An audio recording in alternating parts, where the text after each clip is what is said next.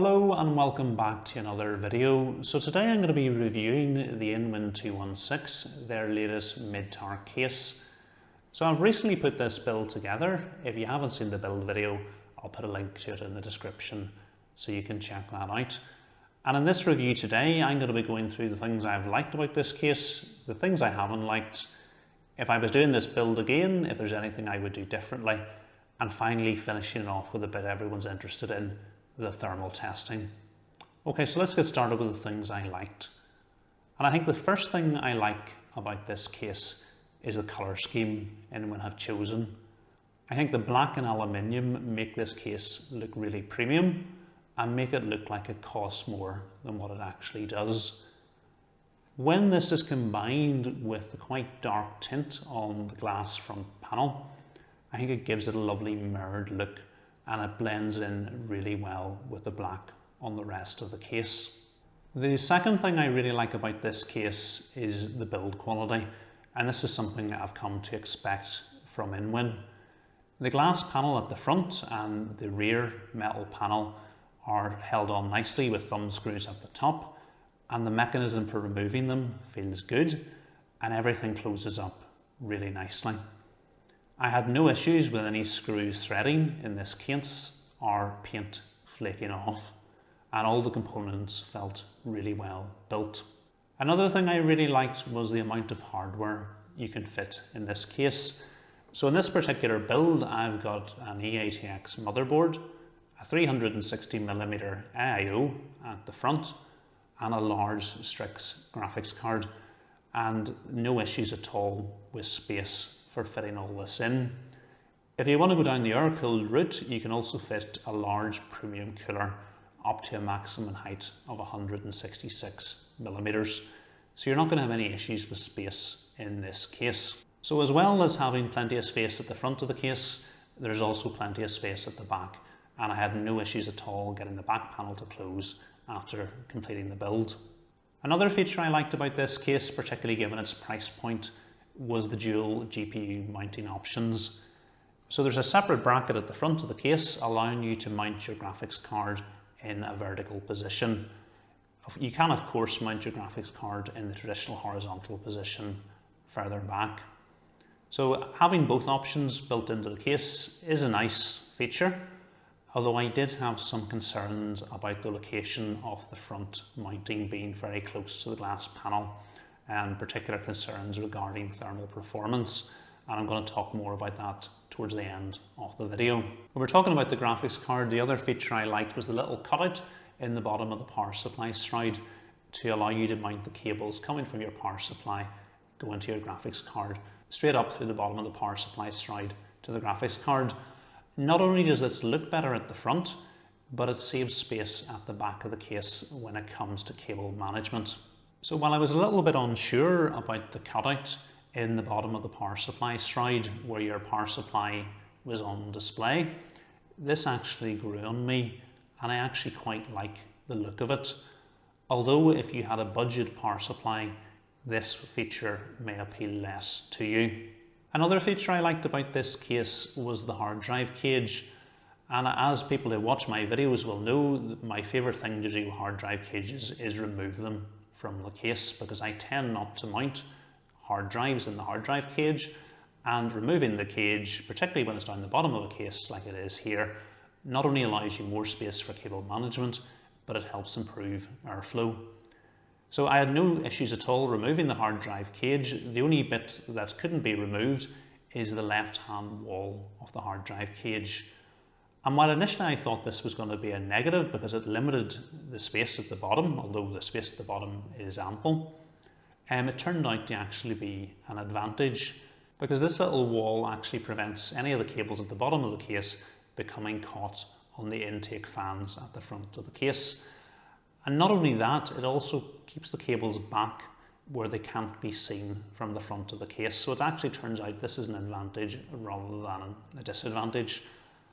I also really liked the method that InWin uses for mounting SSDs in the case. There's one at the front in display and two in the rear of the case. And the little bracket that they use I think is attractive, and moving it from one location to the other is quick to do. Okay, so this brings me on to some of the things I didn't like about the case, and this list is much smaller than the things I did like. So the first thing I didn't like was the dust filter on the top of the case. So I found removing this dust filter and then reinserting it into exactly the right position was a little bit fiddly. Although there's a magnetic connector on it, you were having to move it about a little bit to get it exactly centered, and it took some time. In some other cases, the dust filter just snaps exactly into place. So the next problem with this dust filter became apparent after I had done the build, and that is that once you've actually screwed fans into the top of the case, the little screws securing the fans in don't allow the dust filter to sit flush with the top of the case. The dust filter is lifted up slightly where the screw is, and I have got the screws screwed all the way in, and then it goes up and down over the tops of the screws, so you get a very irregular appearance to the dust filter when you're looking at it from the side of the case, and this is noticeable. So one of the other things I didn't like about this case was the mounting holes for the fans at the top of the case.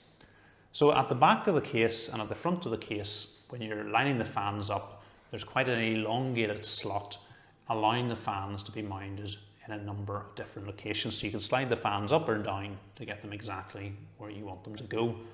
At the top there's just a little hole, so the fan has to go in exactly one location. So this gave me real problems when it came to mounting the fan at the top rear of the case, because the power supply cables going to the CPU socket really prevented me from pushing the fan back and lining up the holes at the top of the case with the holes in the fan. And I actually had to apply quite a bit of pressure to the fan in a backwards orientation to allow me to get it screwed in. So another thing I didn't like was the fact that there was no way to remove the front panel without all the front panel connecting cables coming with it. So this meant if you already had all these plugged in and cable managed, you were going to have to take them down again to allow the front panel to become fully removed. Again, probably not a big problem, because once you've put the front panel back on, you're unlikely to be taking it on and off after the build is done. But had those ports been slightly further back in the case, this wouldn't have been an issue. So I've already mentioned the dark tint to the front tempered glass panel being a positive, in that it goes really well with the black and aluminium, giving it a really nice mirrored effect to the front. But there's also some negatives to that, and that is that it makes it a little bit more difficult to see the components in the case, particularly when there's no RGB turned on and the build is turned off. It's actually quite difficult when you're looking in to see what your build looks like. That can be an advantage or a disadvantage. If you've gone with reasonably cheap parts, maybe the stock CPU killer, that's going to be an advantage for you. But if you put plenty of premium components in your build, you're not going to get as good a view of them as you would in some other cases with a less dark tint on the front of the tempered glass panel. So I've included this both in the advantages and disadvantages, because depending on your own personal preferences, it could fit into either. So another thing I would like to have seen in this case would have been a front panel USB-C connector. Although given this case costs less than €80, it's not something you would necessarily expect on a case in this price range. Again, another thing I would like to have seen in this case would have been an additional cutout above the top right hand side of the motherboard. So this case has plenty of cutouts down the bottom and both sides of the motherboard, and there's a cutout on the top left of the motherboard, but then there's no cutouts at all at the top right hand side of the motherboard. So this means if you're running cables to any of the ports on the motherboard, you either have to run them all the way along the front of the motherboard at the top, or bring them along the front of the motherboard from the little cutout to the right of it. When I was building, I thought this was going to be more of a problem, but once I put the top fans in, the cables running along the top of the motherboard were hidden, so less of an issue. You're not going to see them after the build's complete, but I would have thought an additional cutout at the top right would have made building much easier. Finally, the last thing I didn't like about this case was the blue LED power light on the front of the case. Although this is quite a small light, If you're not having blue as part of your theme, it looks slightly out of place to me, and it would have been nice to have been able to change the colour of this light like you can in some of the other InWin cases. Okay, so this brings me on to any problems I had during the build that if I was doing things again, I would do slightly differently or in a different order. And really the only issues I had with this build were with the cable extensions I was planning on using. So I had originally plugged in some black and white cable extensions to the CPU power sockets in the top left of the motherboard. But when then I tried to install the top rear fan, there was absolutely no way it was going to fit with the thicker cable extensions. And even when I removed the cable extensions and replaced them with the standard power cables, it was a real struggle to get that fan fitted in. I was also planning on using cable extensions for the 24-pin connector, but unfortunately there was a little bracket over to the right of the motherboard, which no matter which way I moved the cables, there was no way I was going to be able to plug the less flexible cable extensions in, and had to resort to using the standard black 24-pin connector that came with my power supply. I had no issues with the ones for the graphics card, however. So if I was going to be building again in this case and I didn't already have a packet of cable extensions, I would save myself some money by just buying the ones for the graphics card. And finally, while it's not something I would change with this particular build, some of you may well be wondering, can you fit a push-pull configuration on the front radiator? And the answer to that is, if you're going with a 360mm radiator, definitely not. If you're going with a 240 at the front, then yes, you can. And in fact, actually getting the 360mm radiator slided in to the front was quite tight. Okay, so this brings us on to the thermal testing. Before I get on to that, I want to run through my configuration in case you haven't seen the build video. So we've got a 360mm AIO on the front set to intake with 3 of InWin's Jupiter AJ120 fans on the radiator. We've also got another 3 of the AJ120 fans all set to exhaust, filling all the case fan locations on this case. The fan curves on the motherboard haven't been modified from default, and the ambient temperature has been controlled to 20 degrees C. The two different tests that we're going to do, we're going to let the CPU idle in Windows and record the minimum temperature over a 30-minute period. We're also going to run an AIDA64 stability test with all components being stressed and record the maximum temperature over a 30-minute period for both the CPU and the GPU. Okay, so the original build, the minimum CPU temperature at idle was 35 degrees C, while the minimum GPU temperature was 31 degrees C. During a 30-minute AIDA64 stability test, the CPU reached a maximum temperature of 83 degrees C, while the GPU reached a maximum temperature of 85 degrees C. Okay, so having built with these components in a number of different cases before, the temperature that is shouting out to me as being very far away from what it should be is the GPU temperature during the AIDA64 stability test. So normally this GPU will idle somewhere in the high 60s or early 70s, but 85 is by far the highest temperature I have ever recorded in this GPU. And I think part of that may be due to the GPU in the vertical orientation in my original build being right up against the front glass panel. So the other thing that sat very far away from normal for me was the noise levels. So the original build, the noise levels at idle were 44 decibels, reaching all the way up to 56 decibels under load. Normally during an AIDA64 stability test, a lot of the builds I've built before are somewhere between around about 40 and 46 decibels. And this was actually what this build was doing at idle and reaching noise levels that I've never reached before during an AIDA64 stability test.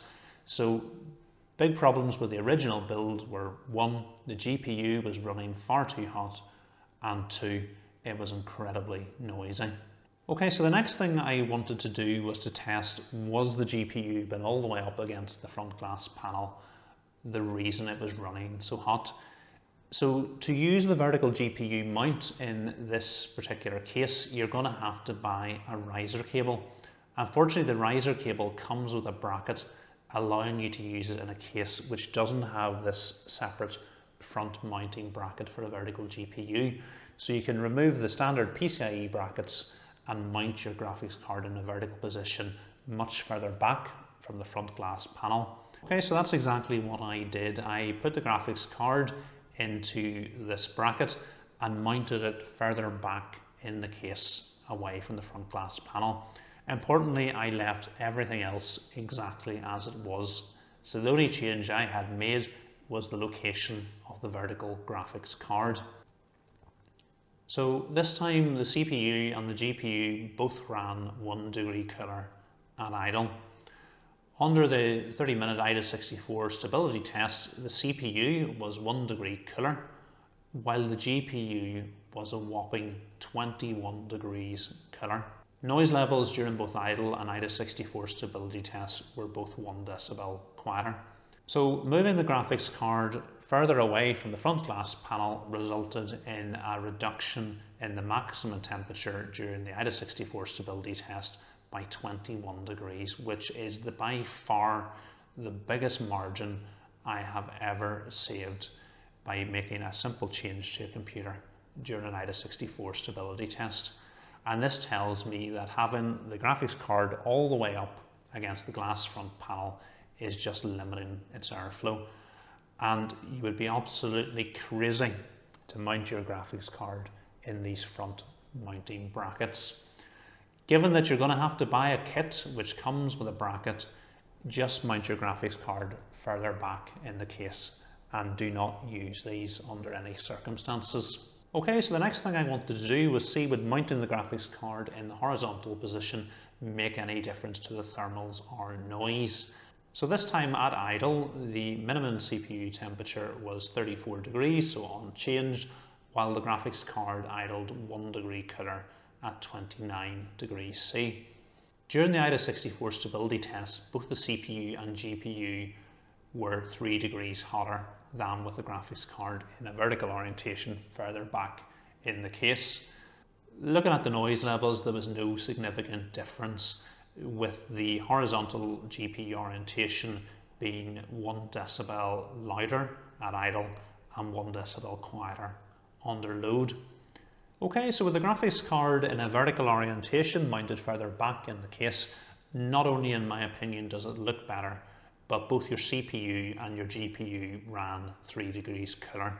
So for me, using a vertical GPU mount in this case, definitely not using the front mounted brackets, is the way to go, both for appearance and for low GPU and CPU temperatures. Okay, so we'd solved our first problem of high GPU temperatures.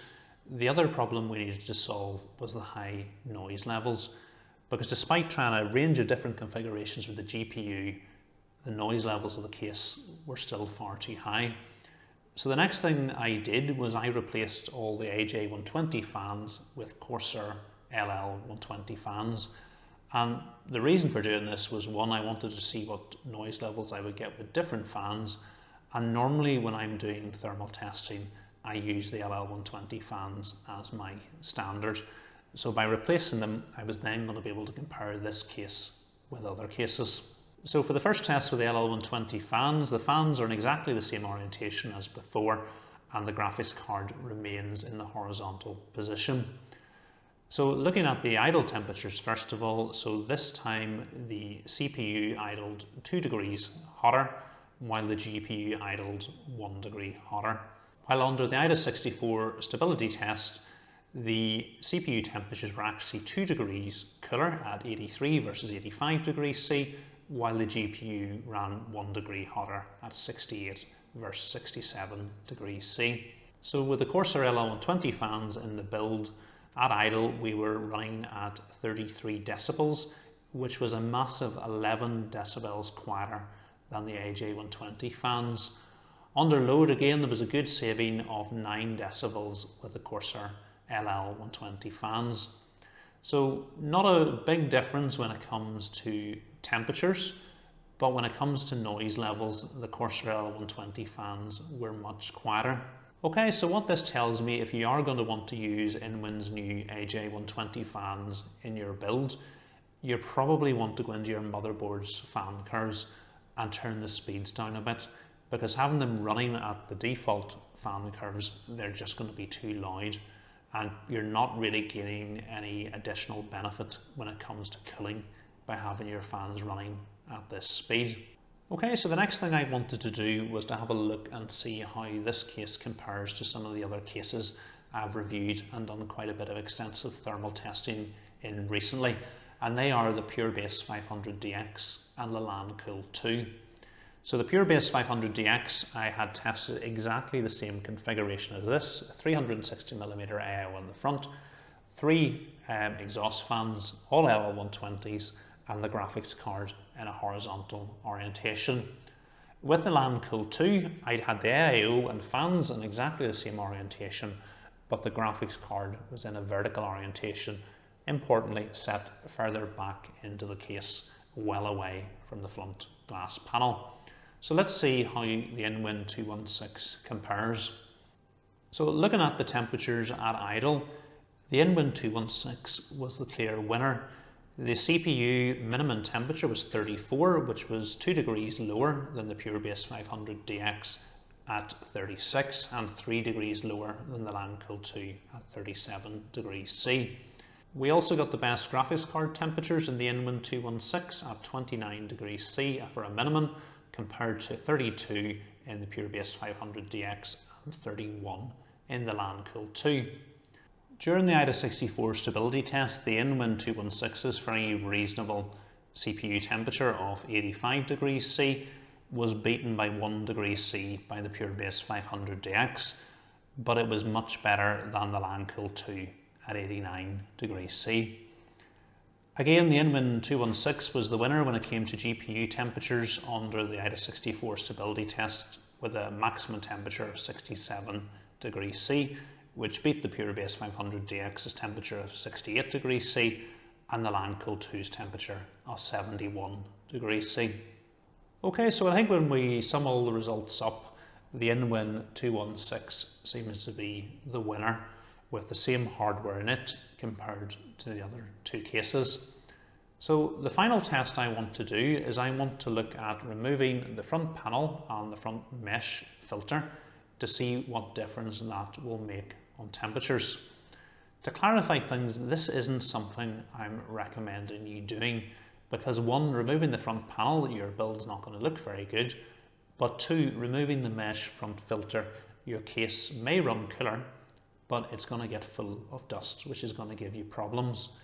The only reason I do this test is to look and see how restrictive the front panel is when it comes to airflow. So we get a big difference with the front panel on, the front panel off. It tells me that the front panel is restricting airflow significantly. And this looks like this may be the case with the InWin 216, because the front panel itself at the front is completely solid, and the only place air is getting in is through the little vents at the side. Okay, so with the front panel off, both the CPU and GPU temperatures were better, as you would expect. So the CPU idled at 32 degrees C and the GPU at 29, so 4 degree improvement on the CPU temperatures and a 1 degree improvement on the GPU temperatures with exactly the same configuration. Looking at the AIDA64 stability test, this time the CPU was 8 degrees cooler at 75 degrees C compared to 83, while the GPU remained 1 degree cooler at 67 degrees C compared to 68 degrees C. When we looked at noise levels, this was slightly noisier, with a 1 decibel increase in noise at idle and 2 decibel increase at noise during the AIDA64 stability test. Okay, so how do these results compare to two of the other cases that I've looked at recently in the PureBase 500DX and the LANCool 2? So removing the front panel in the LANCool 2 resulted in a 5 degree reduction in CPU temperatures under load, while in the PureBase 500, which had a mesh front panel, there was only a 1 degree saving in CPU temperatures under load. GPU temperatures were less of a saving with the front panels removed in all 3 cases. The LAN-cooled 2 had the same 1 degree saving as the InWin 216, while the Purebase 500DX had a 3 degree saving in maximum GPU temperatures under load with removing the front panel. Okay, so what does this tell us about the InWin 216? And it tells us that the front panel is significantly restricting airflow. The 8 degree reduction in CPU temperature with removing the front panel was by far the biggest saving out of the other 2 cases. So this tells us that this is the most restrictive front panel. However, with the same components in this case compared to the other 2 cases, we got the best cooling. And this tells us that although the front panel of the InWin 216 is really restrictive, the airflow throughout the rest of the case is so good that I can manage with that front restriction on airflow much better than the other 2 cases can, which is quite remarkable. And as well, if InWin were to bring out a version of this case with a mesh front panel, we would expect really exceptional CPU and GPU temperatures. Okay, so the final thing I want to have a look at is the noise levels. And when I looked at the LAN-cooled 2 thermal testing, I didn't record any noise levels. However, looking at the Purebase 500DX, I did record some noise levels. So I'm going to compare the 2 cases. So both at idle and under load with the IDA64 stability test, the InWin 216 was 1 decibel louder. So this tells us that although there's a slight improvement in cooling with the InWin 216, it is very slightly noisier than the Purebase 500DX with exactly the same components in it. Okay, so as we've gone along, I've quoted the various noise levels of the different configurations in this case to you. And while that's useful, I think what's actually more useful is to hear the noise yourself coming from each of the different configurations. So what I'm going to do for you now is I'm going to play the noise levels recorded with a microphone held 6 inches from the front of the closed glass panel with our original build, with the graphics card all the way at the front in a vertical orientation and InWin's AJ120 fans in the case. And I'm also going to play the noise levels recorded with this current build. So that is the graphics card in the horizontal orientation and the L120 fans in the case. So I'm going to play 4 clips for you in each of the 2 configurations, both at idle and at load.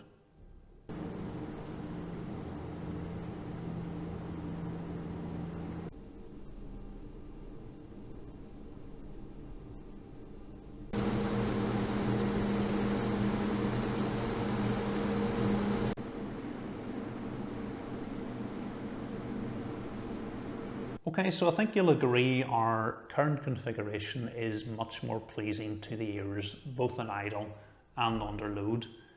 It doesn't mean that you shouldn't use the InWin AJ120 fans in your build. All it means, if you are going to use them, don't leave them with the stock fan curves because it is going to be far too loud. What you're going to need to do is go into your fan curves and bring the fan speeds down to a much lower level so you're not troubled with the noise. Okay, so to sum things up, I think that the InWin 216 is a great looking case, and provided you don't install your graphics card in the front case brackets in a vertical orientation, and you don't use the InWin AJ120 fans running at their full speed, you're going to have a build which not only looks great, but runs cool and quiet. And I think if you're in the market for a mid-tower case, the InWin 216 would be a good choice. So I want to thank InWin for sending me out this case to review. If you find this video helpful, please give it a thumbs up. If you're not subscribed, I'm planning plenty more PC builds and different PC related content, so make sure you subscribe to be notified about those. And if you have any comments or queries, please leave them for me and I'll get back to you. Thanks for watching.